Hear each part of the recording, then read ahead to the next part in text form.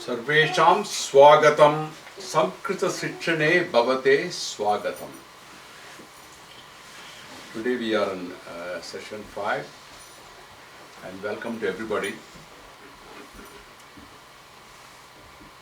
As usual, we start with the Guru prayer and repeat after me. Om Sri Guru Pyo Namaha. Om Shri Gurubhyo Namaha. Sada Shiva Samarambham Sankaracharya Madhyamam Asmad Acharya Paryantam Vande Guru Paramparam.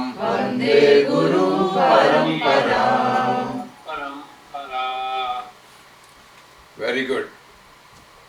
I first want to appreciate all of you for having taken the pains to complete last week's exercise. And many of you have submitted it, and I'm so happy that you have this continued interest in doing the exercise. Whether it is right or wrong, at least you are doing it. That itself is pretty good. So I want to first start with the comments on those. And they're kind of mixed, you know. Some of you have done very well. Some of you have probably mistaken a few things. And Srikanth really gets the top marks on this because his answers have been almost accurate. Papa? Yeah, Appa, serious. Thank you, sir. That's right. There were two exercises, one from Sanskrit to English and the other one was from English to Sanskrit. So let's take the first one, Sanskrit to English. Aham Sanskritam Vadami. Now, many of you have got it correct, but I think only one mistake was there, but most of you otherwise got it right. I had a question like Vadami. I wasn't. Aham means I know it's me. I. Aham means I. It doesn't have any gender. I is I. So I think you got it all right. Very, very simple actually. It is no complication at all. The second one, most of you got it wrong. Kakaha Falani Khadati. What is Kakaha? Crow. Crow.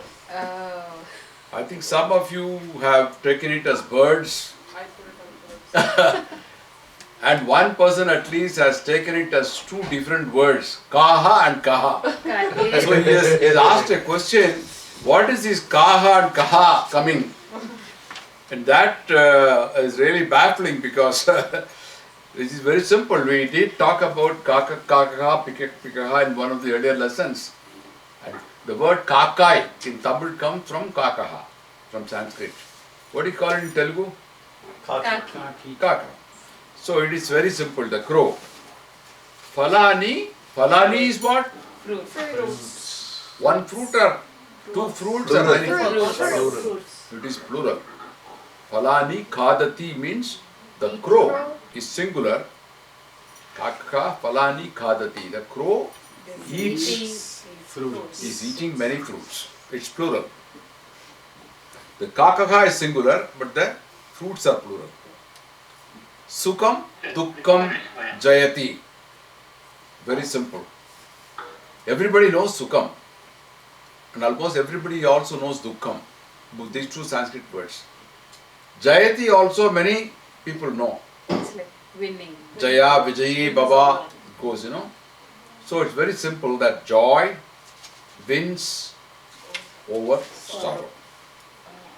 Let's see whether everybody got it. I think one has mentioned conquer, win, pleasant, unpleasant, happiness. I just translated. I think it's like a dictionary given all the meanings. It is a sentence actually. Yeah, It means happiness conquers sorrow. Okay. Then the next one, of course, I am going to show you the slides when it comes on. Simmaha kutre vasanti. Simmaha Lion. is not a single line. Lions. Lions. It's plural again. Simmaha Yeah, I think I made a Putre mistake there. I put vasanti. singular. Many of you have said it is singular. Where does a lion live? It's plural. Simmaha kutre vasanti means Where the where do lions lions live? No. Vasanti is also for plural.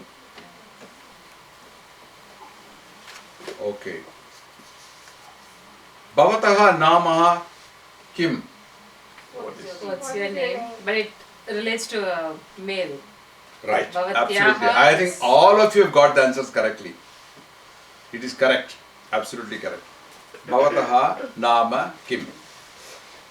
Okay. I think most of you have got it correct, and only one or two mistakes I pointed out, which you need to correct. Some people, I said kakaha is crow, and it has been translated as who eats fruits. One of them, and I read it wrong. I was looking at like kaha and yeah, he got confused. I think instead of saying it is a crow, he says what is ka and what is ka. It means who. But it is one single. It's a noun. It's a noun. Okay, coming to the translate from English to Sanskrit.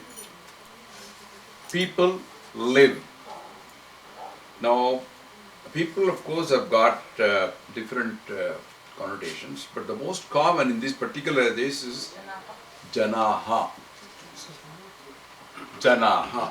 You getting it? Impossible. You keep going. Janaha. I have different answers here. Janaha is plural and it should be vasanti. Janaha. Jivanti. Actually, vasati is, I think I got confused with your answer. You put vasati. No, I put Jivati. Jivati. Jivanti. One person, I think Srikant put vasati. Live means I found two answers which says vasati. No, vasa and jivata are different. Vasa is the residing. You know, people even have names of the home like Nivas, Radha Nivas or Krishna Nivas. Even hotels have sometimes names like that. That is mostly a temporary residence or somebody who is living there. But when it is large, you talk about people living, it is Jivan. Jivan. It is Jivanti. People Jivanti. Janaha Jivanti is the correct one. I see moon. I is what? Aham chandram Aham. pashyati. Moon is Chandra. Chandram. And Pashyanti or Pashyati or what is it? Pashyati. Aham is always Pashyami. First person.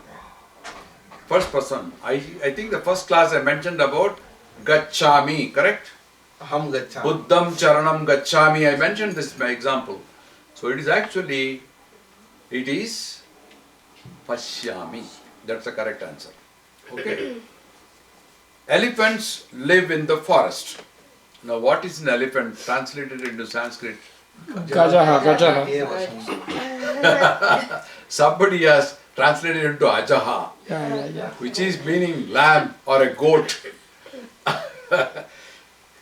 Gajendran, you have heard about Gajendran. So Gajaha is more appropriate. That is the correct.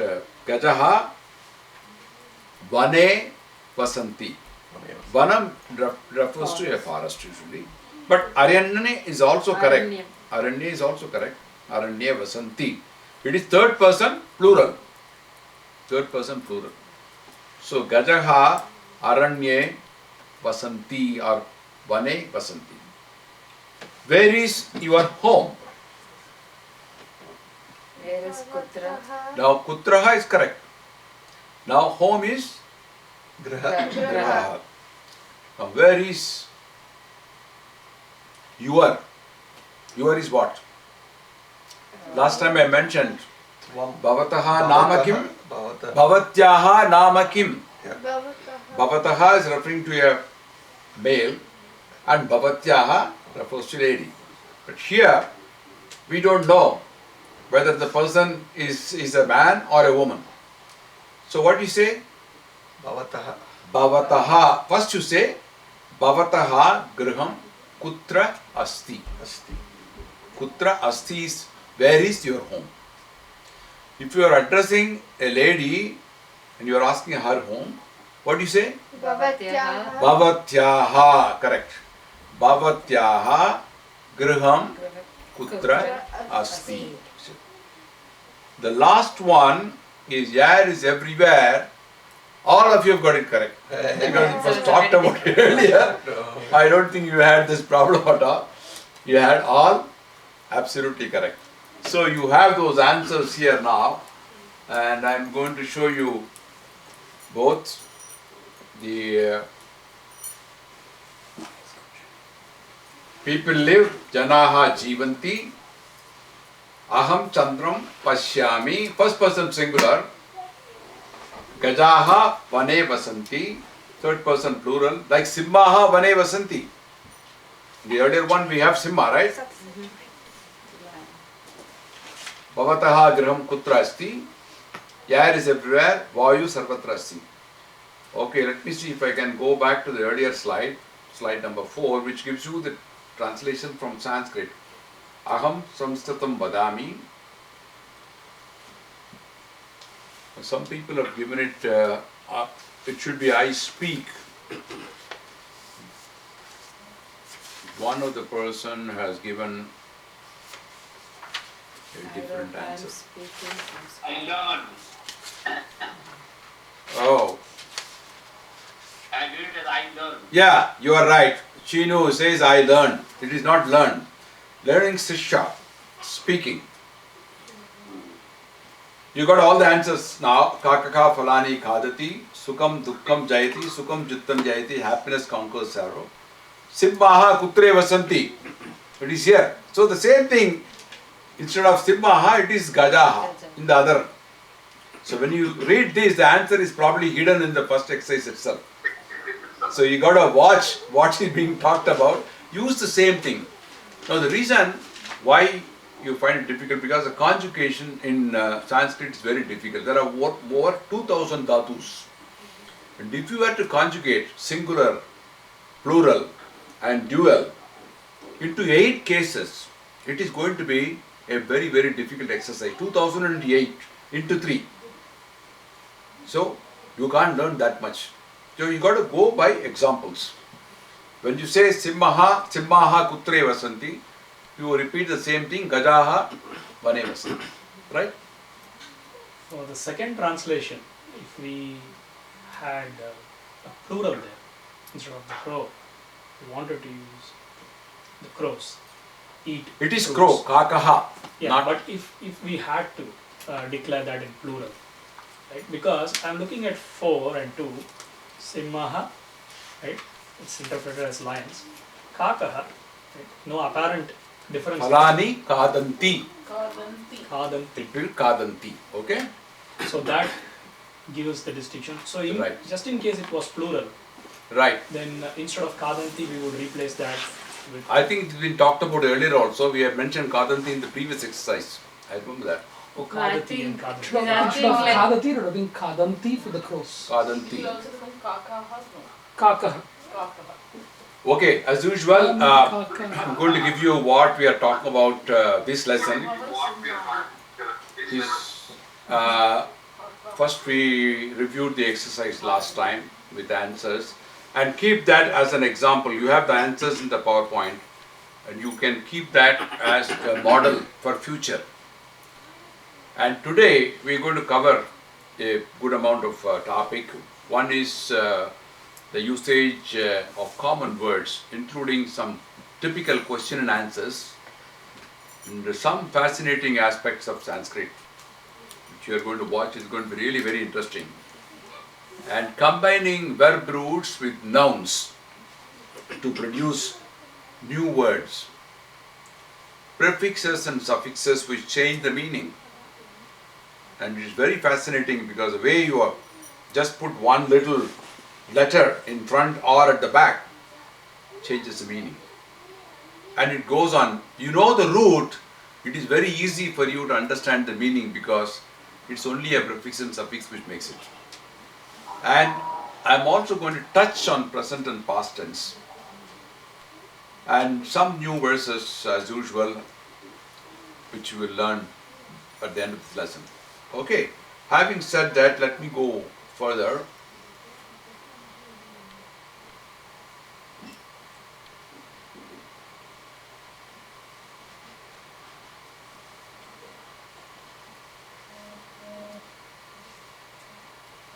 Common words usage. Aham, everybody knows by now. Refers to what? I. I. You know, there were two sisters in a home. One was Advaitin and the other one was Advaitam. What is Advaitam, you know?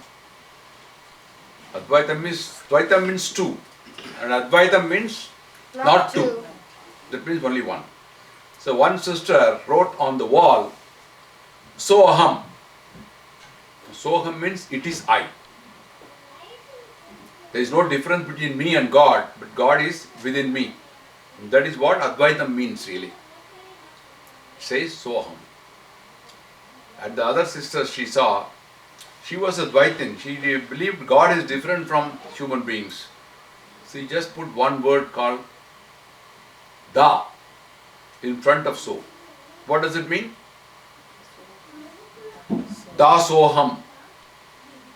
Dasoham means I am a servant. Das means servant. So you find Vaishnavites using this name very commonly, like Ram Das. Even today Vaishnavites, when they write a letter or something, they put Dasan. So they believe in two. Whereas Advaitis believe there is only one. So Soham, Dasoham. See how the meaning changes. It's a beautiful Sanskrit. Mamaha, Nama, Kim. What is my name? My name, correct. So Mama and Aham, they go together. Mama refers to me. And when it comes to masculine, very respectful you say Bhavan. Bhavan. Bhavan kaha. Bhavan kaha. Bhavan kaha. How do you answer it? Mama now. Mama nama Aham Kumareshaha. or Mama nama Kumareshaha. But usually when you want to say Aham, you have to say your profession. Aham Sikshakaha. Aham Upadhyayaha. So that refers to the profession. Aham Nrittika. I am a dancer. I am Gayika. I am a singer. So Mama Namaha Kumaresh. When it comes to a lady, feminine, you use the word Bhavati. What do you see? Bhavati. So if I have to ask you, Bhavati ka, it means who are you? If I have to ask him, you say Bhavan Kaha. ka. Bhavati katam asti. When you meet somebody, you say, how are you, right? You say Bhavati katam asti. If I have to ask you, what do you say? Bhavan katam asti. So this is a common word like I am so and so, I do this work. And you ask somebody, who are you? Bhavan kaha or Bhavati ka. Bhavati ka. There is a difference between the two. Bhavan kaha and Bhavati ka. Okay. Having said that, I'm going to give you a little more, how like asking a question. Now when you add va to your sentence, it turns it into a question. Your sentence becoming a question. Adding va. Va, am, na. Which means am means yes. Na means no. In Tamil you say ama, right? Amam is coming from this Sanskrit word am. There is another amra, which is mango. Don't confuse this. Next time when I give exercise, you don't say mango. There is a big difference, okay? And for va, in Tamil, when we say allava, isn't that Yeah. Allava also is, the va comes from here. Saha Shivava. Saha Shivava. Saha Shivava. What do you say? Is that Shiva? You say? Am. Saha Shiva. Saha Shivava. Na Na. Sa Shivaha na. No. You emphasize, no, he is not Shiva. Saha Shivava. Am. Saha Shiva. Saha Shivava. So you emphasize when you say no, saha na, saha Shiva na. Okay? Sa niluva, sa niluva, sa nilu. Sa niluva, Saha nilu na. sa nilu na. When you address a lady, you say sa. Saha refers to a man. Okay? Samskritam maduram va.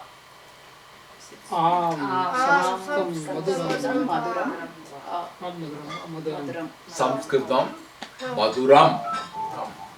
Samskaram maduram va.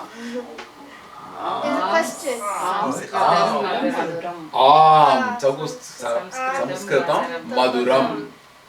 So you can extend it into various contexts. Va makes it a question. In answer, you say am, which is actually amam in Tamil. Na is no. Even no, you find it starts with the letter N. Correct? No. So it's very simple. You see the derivation. You will see more of it when as I go further. Okay? Now, I want to explain to you whose. Kasya. Kasya means whose. Now, depending on the position of the person, you have to change. Now, that is the beauty of Sanskrit. It tells you whether somebody is near or far off.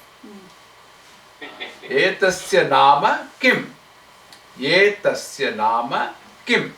Now he is sitting near me. So I say, Etasya nama kim. If you have to ask there, Tasya nama kim. From the question itself, you know, I am pointing my finger at a distance. Tasya nama kim. Etasya nama kim. So depending on where the location is. Now, if it is a woman, then it becomes extended.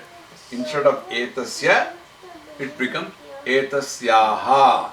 Like saha, sa. Depends on the gender. In English, you don't have this. I can ask you, who are you?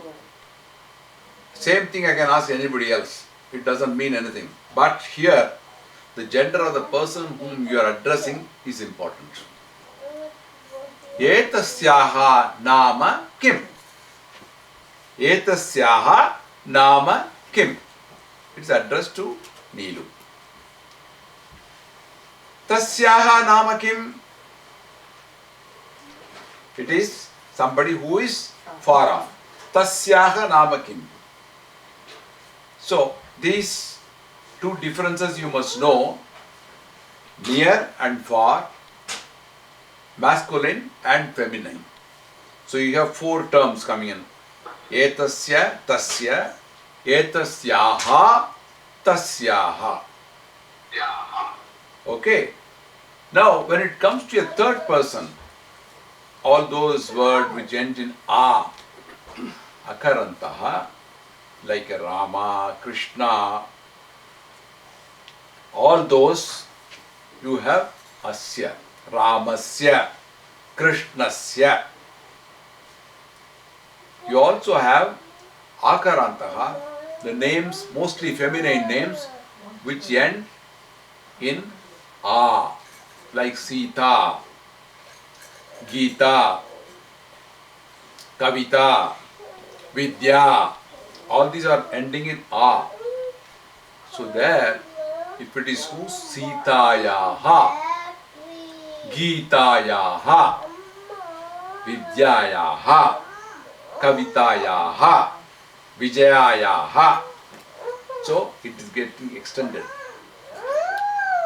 Now, if you talk about a singular man like Rama, Ramaha kasya putraha? Ramaha kasya putraha? दशरथस्य पुत्रः रामः दशरथस्य पुत्रः Ramaha Dasarathasya putraha. Dasarathasya putraha. We don't say Ram, right? We usually say Rama. When it comes to first person singular, it is ha. Ramaha, Krishnaha. Rama Sabdam, I showed it earlier. Ramaha, Ramo, singular person, it comes Ramaha. Krishnaha. Gopalaha, singular first person. So Ramaha kasya putra, Ramaha Dasaratya putraha. Ramaha Sitayaha pati. He also happens to be the husband of Sita. So Sitayaha pati Ramaha. Correct? Whose husband? Whose husband is Rama? Sitayaha pati Ramaha. Ramaha kasya putraha?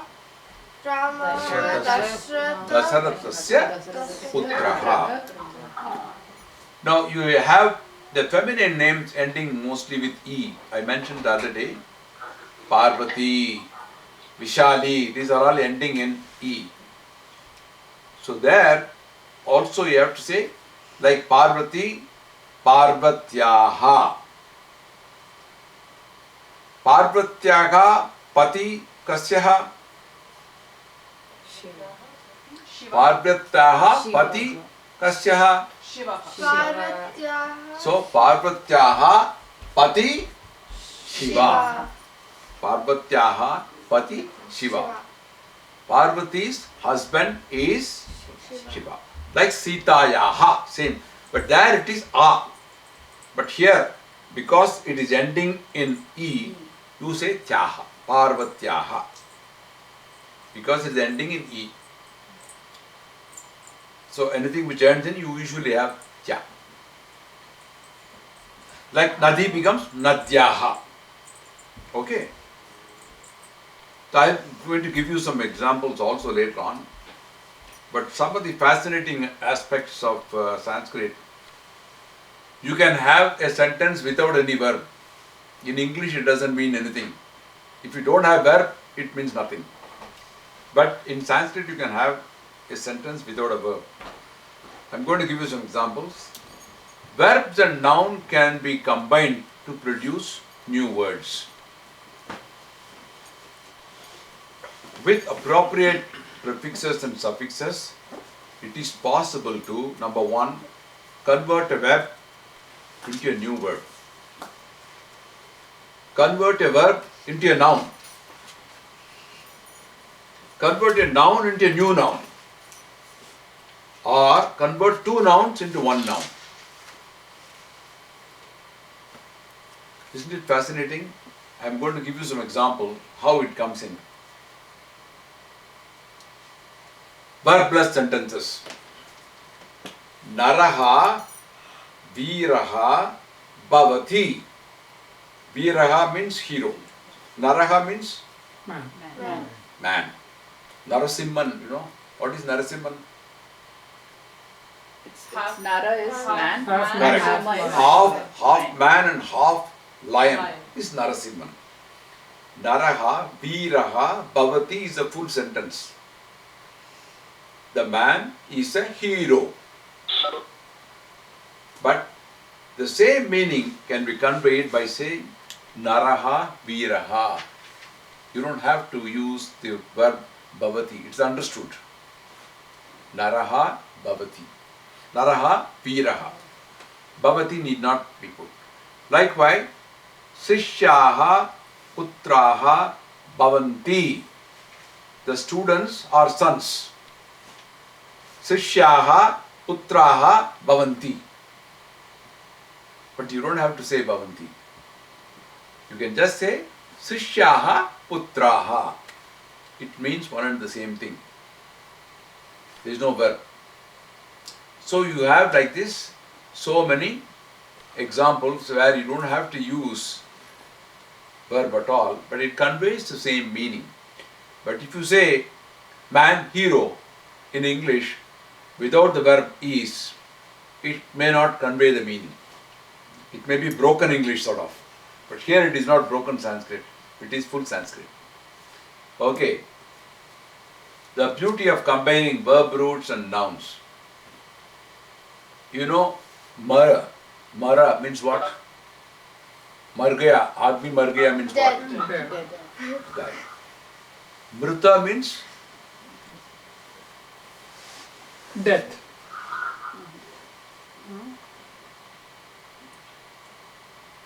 Immortal. Mrita is a noun. That's, Death, yeah. it means mortal also. Amrita means immortal. Amrtatva is immortality. There is a famous slokam, you know, on that. Pappu, you know the story, the slogan? Asatoma Yes. Sadgamaya. Tamasoma Jyotirgamaya Mrityorma Amritam Gamaya. Mrityorma Amritam Gamaya. From mortality, you go into immortality. That's what it means. So here, from the root mar, you have come into immortality. It's all that mar, mrita, amrita, amritatva. See how the verb roots have come into noun. You see, I'm going to give you one more example. Bhaja, Bhaga, Bhagavat, Bhagavata. Bhaja means what? Actually, bhajani. We say bhajani, no? It is actually adoring or praising. Bhaga is actually blessedness. You are blessed. Bhagavata is the blessed one. And Bhagavata is concerning the devoted ones. Those who are the people who are devoted.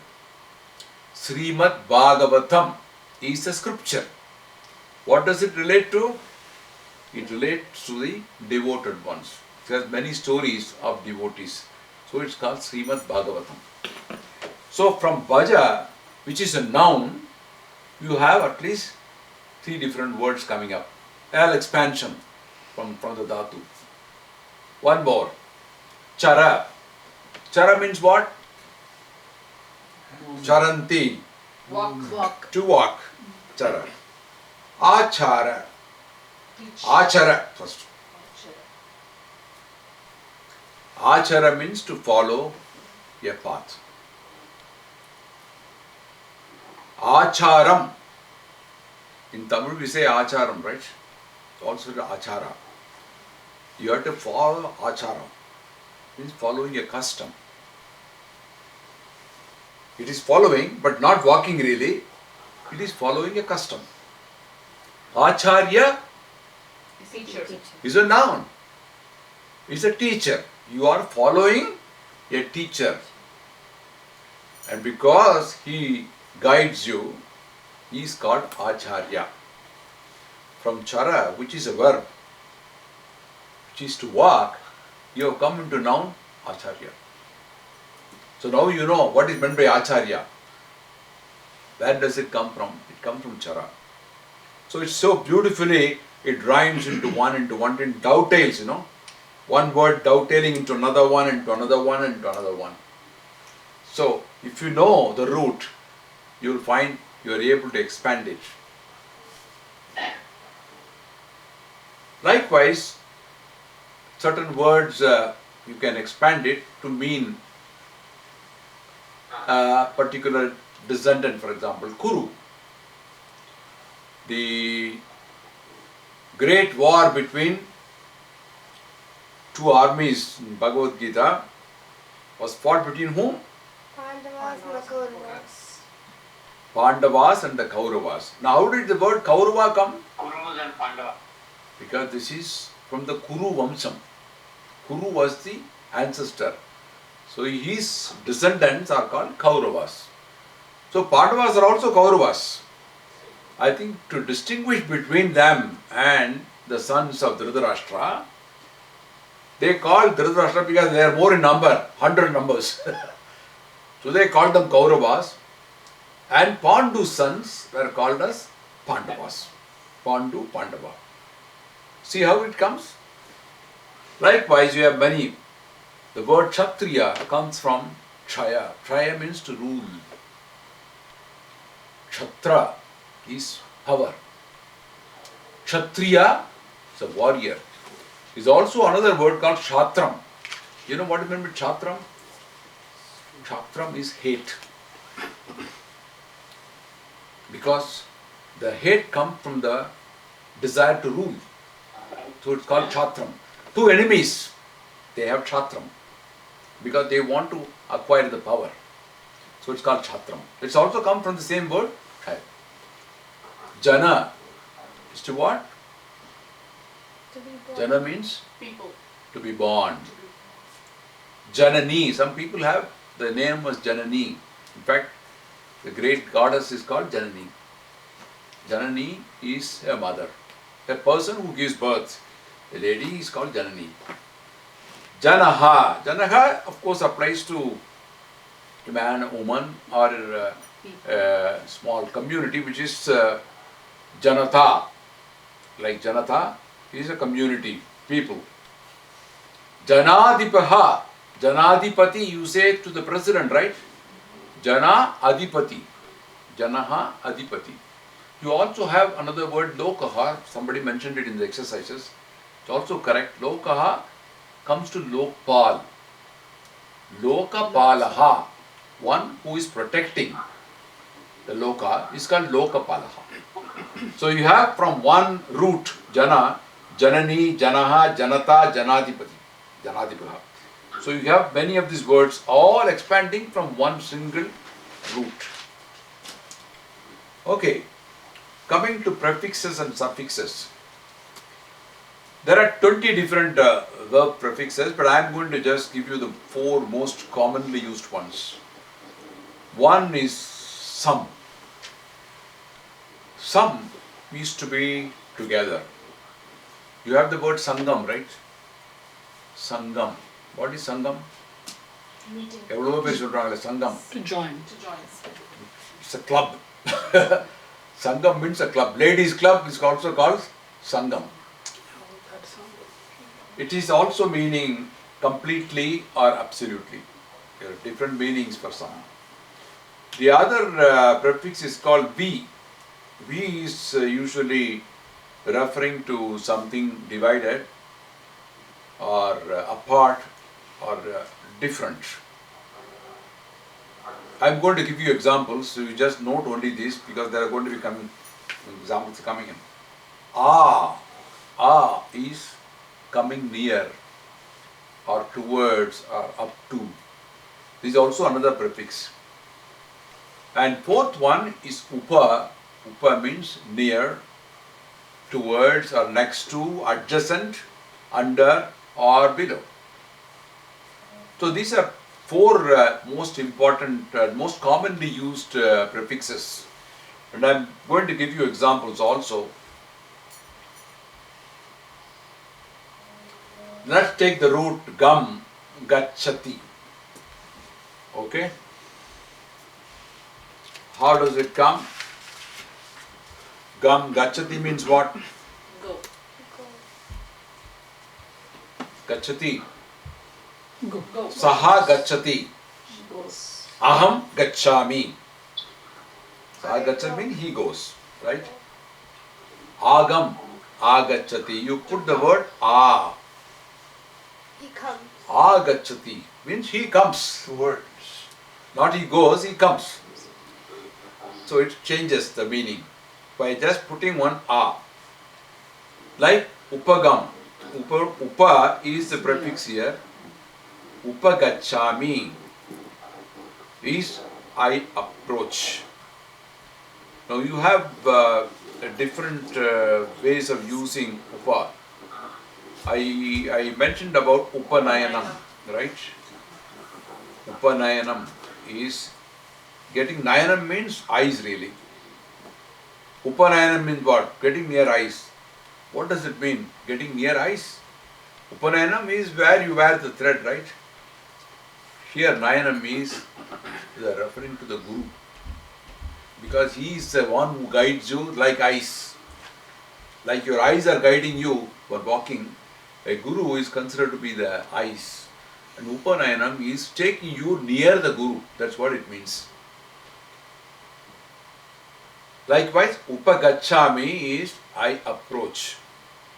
Sangam, assemble. Samgacchati is they assemble. So the prefix you will find is converting it into a new word. It with a little different meaning. Like he goes, he comes. Approach, I approach. Assemble, they assemble. Okay. Like you have even upanetram, the glasses that we use, This is called as upanetram. Netram is eyes. Upanetram is, it is going near my eyes. So this is called upanetram. Now I'm going to give you one verse from Gita which gives you the prefixes, all the four that I mentioned. Okay? This is, those of you who attended my Gita class will know it. I think Ravi should know it.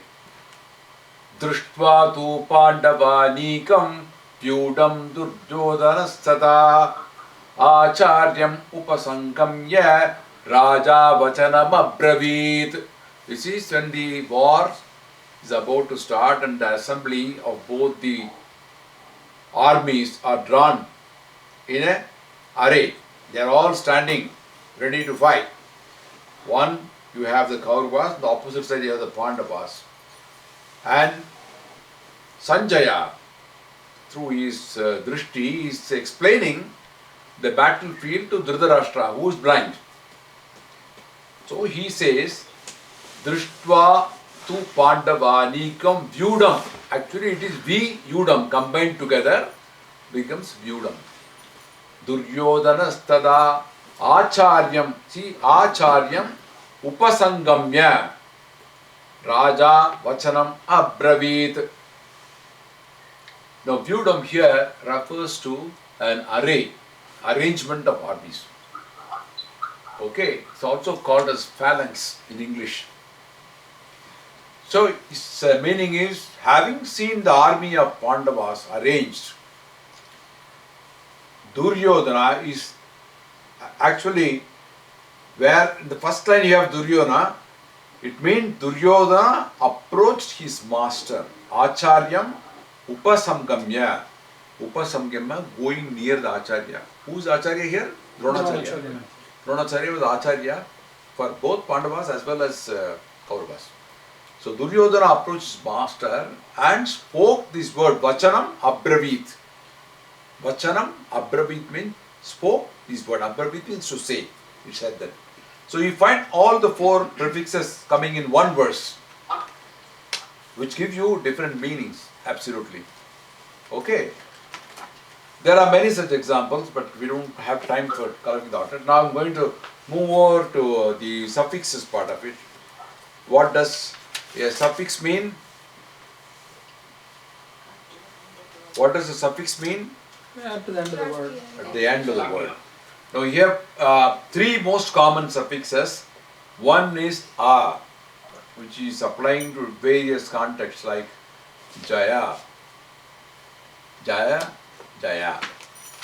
Jaya is to win. Jaya is victory.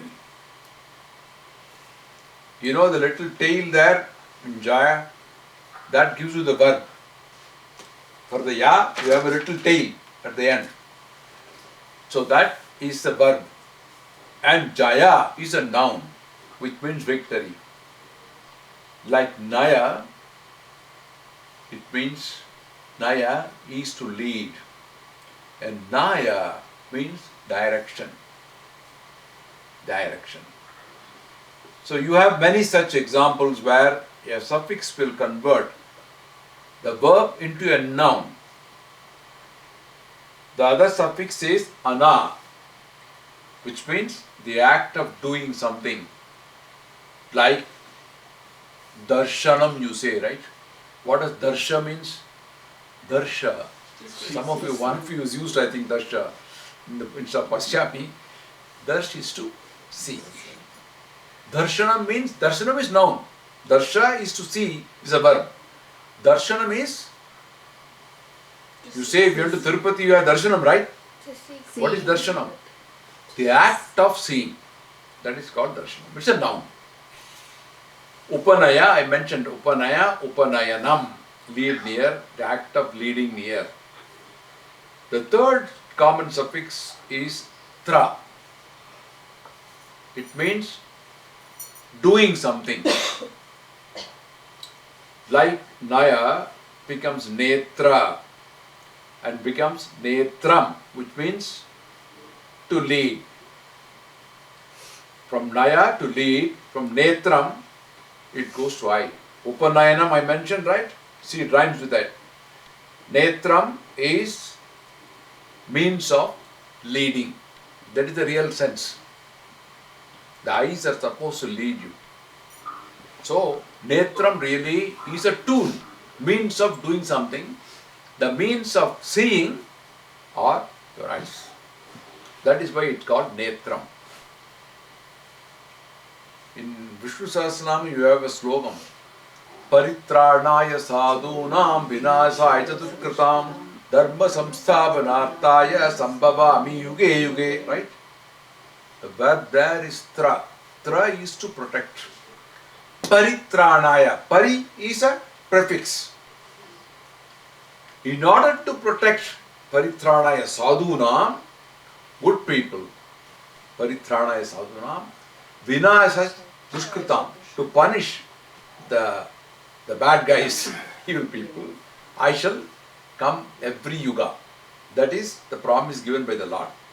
So you have many such, when you read the scriptures, you know, there are many such prefixes and suffixes. Okay, going on, I am going to give you some more examples of verb to noun, how they come. Lab. Lab means to get or to obtain. It becomes labha. You know, in Marwadi shops you get shubha, labha, they put on the safe. Shubha, labha. Labha means what? Profit. Tamil labham nu solvanga. Telugu, what do you say? Labham. Sanskrit. Original word is from lab. To obtain. Labha is profit or gain. Likewise, bana. is to think. From that comes mana, manas, manas, which means mind. Think and mind. One is a verb, the other one is a noun. Ninda. Ninda is to despise. Nindana is to hate. From despise it comes to hate. One is a noun, the other one is a verb. Okay, going further, some more. Putra, pautra. You see how the noun gets transformed into plural. Putra, pautra. Kuru, kaurava. I mentioned that. Ashva, ashvaka. Ashva is horse. Ashvaka is a colt, the young one of a horse. But in English, you don't call young horse, but it's a colt. So there are two different terms. But here it is the same word, but it transformed. Ashva, ashvakaha. Okay, quickly we will review past tense. You know, there are three types of past tenses. In English, you have only one type really. Like you say go, went. Here there are three different types of past tenses depending on the time, related to time. One is called the imperfect past tense. Like you say saha agacchata. You put a there in front. In red I put it. Agachat means he went. Why it's called imperfect? Because you don't know when he went. He might have gone yesterday or he might have gone last year also. Right? It is imperfect. It is not a perfect. A perfect one is called paroksha. The first one is called anadyatana, which is langu. Short grammatical term, langu. The second one is called litu, which is paroksha. Example, saha jagama. Now it is perfect because it indicates he went long ago. He didn't go yesterday. He went maybe 1 year back. So to that extent it is perfect. It is not saying he went yesterday, he went long ago. The third one, which is not very commonly used, is very rare usage. It's lunga. It is called aorist in English. Saha agamatu. Very rare usage. Don't worry about that too much. So all these inflections are in imperfect past tense have an adjunct called a. No, I mentioned, I think in one of my earlier classes, that in Sanskrit, if you have a noun, you put a, it becomes opposite. Nyaya, anyaya, krama, akrama, dharma, adharma. You know, there are so many words like that where you put a, it becomes opposite. But here you use a because I think past tense and present tense are opposite. It is the opposite of present tense is past tense. Therefore you use a here. So just putting a towards a present tense makes it a past tense. Very simple. I am going to give you some examples. Okay. Let's take bhavati, abhavat, asti, asit, gacchati. This is singular, imperfect past. Past tense is called bhutakalaha. Okay. Patati, apatat, likati, alikat, kelati, akelat, khadati, akhadat, vadati, avadat, pibati, apipat, tishtati, atishtat, namati, anamat. You see the word a is coming. Of course it changes, it is just because kelati is present, you have to turn it into past tense. You put not only a, but you change the last letter from ti to th. Akelat. So these are converting present into past tenses. Don't worry too much about it because you will start using that, then you will be very fluent in it. Okay? I am going to give you some usages about that. How you use the past tense. Buddha purve Siddharthaka asit. Buddha was earlier Siddhartha. Purve Siddharthaka asit. Sabhayam Janakaha abhashat. Janaka spoke in the assembly. Gopalaha avasat. He lived. It is imperfect. We don't know when. Okay? I am going to give you quickly now parts of the body. There are some illustrations also in this, so it's easy for you to understand what it is. Sirsham. Sagasa Sirsha Purushaha Purusha Suktam. Sirsham is head. Lalataha. This is Lalatam, the forehead. Nayanam, the eyes. Bruhu, the brows. You see the bro word English is come from bruhu. Bruhu, brows. Karnam,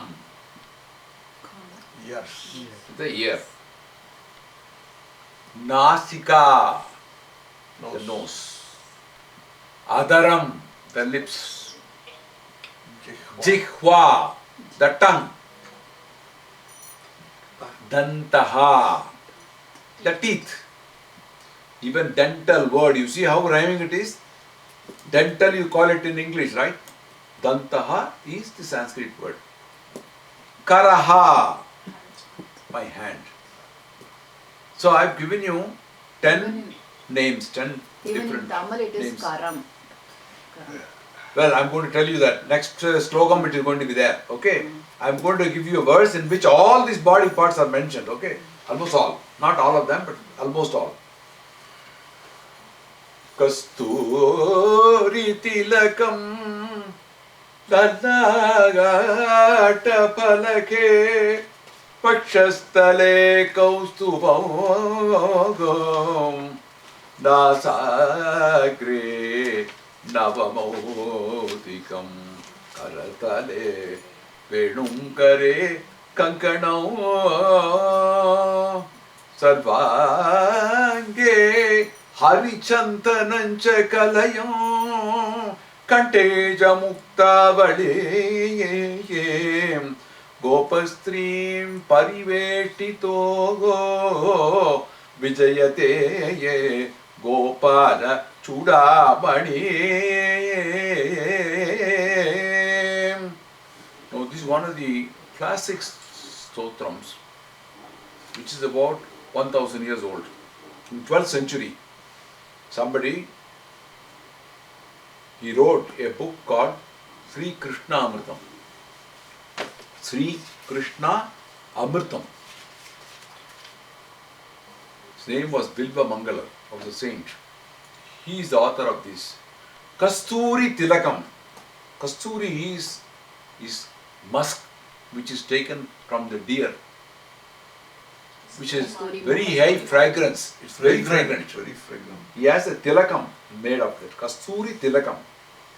Lalata Phalake. Lalata means what I told you, forehead.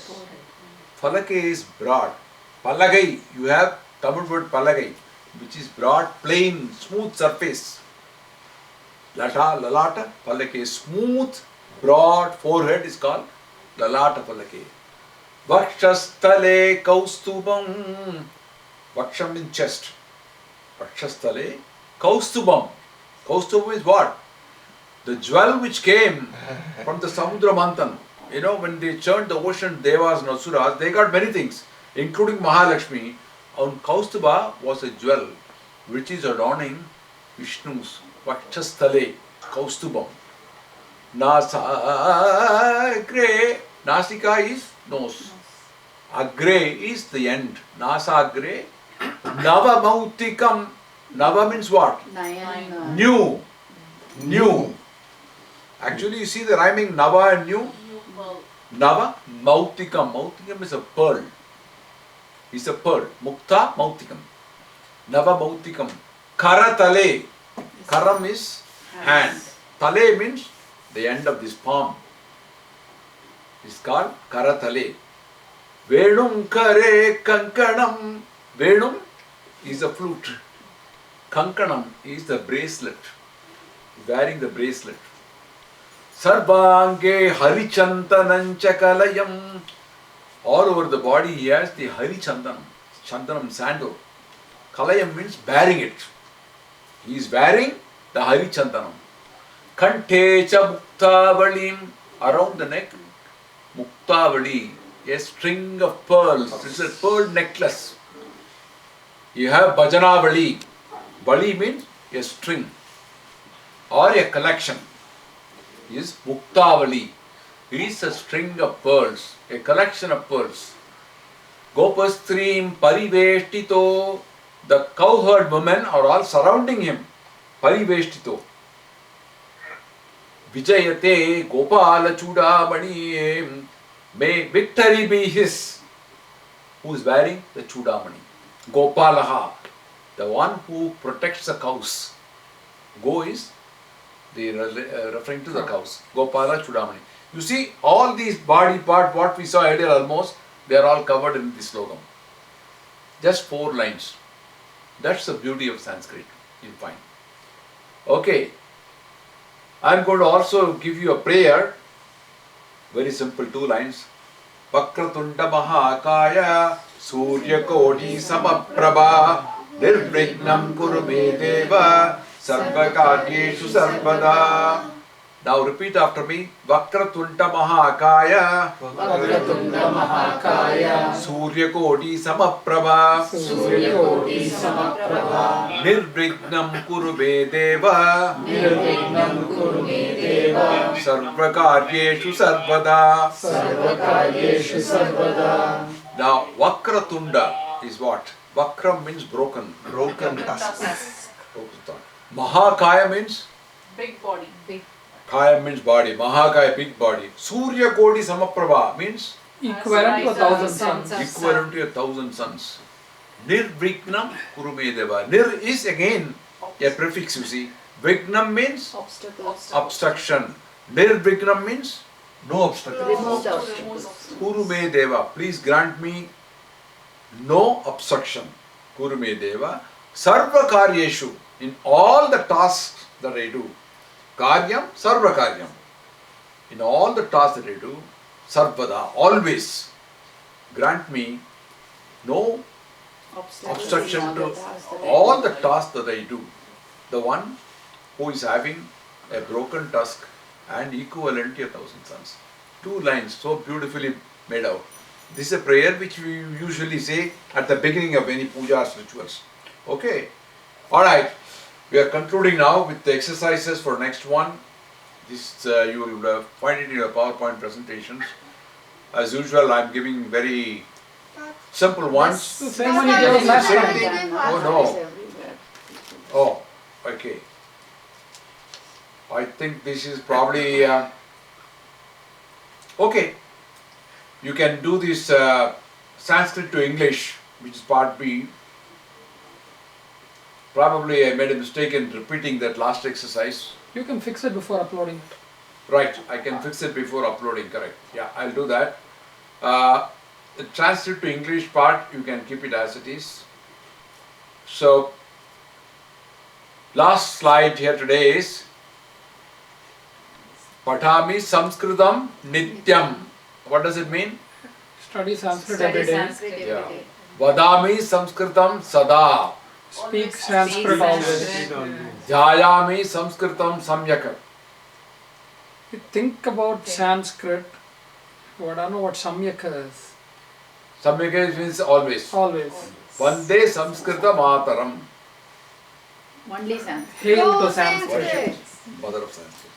So, I think with that we will conclude today's exercise. I will change only the one part of the exercise before uploading the PowerPoint into this one. Otherwise, I think we had a very extensive kind of class today. There is a lot of work to do. So with this, we will say, Sarvatra Govindanama Sankirtanam. Govinda, Govinda.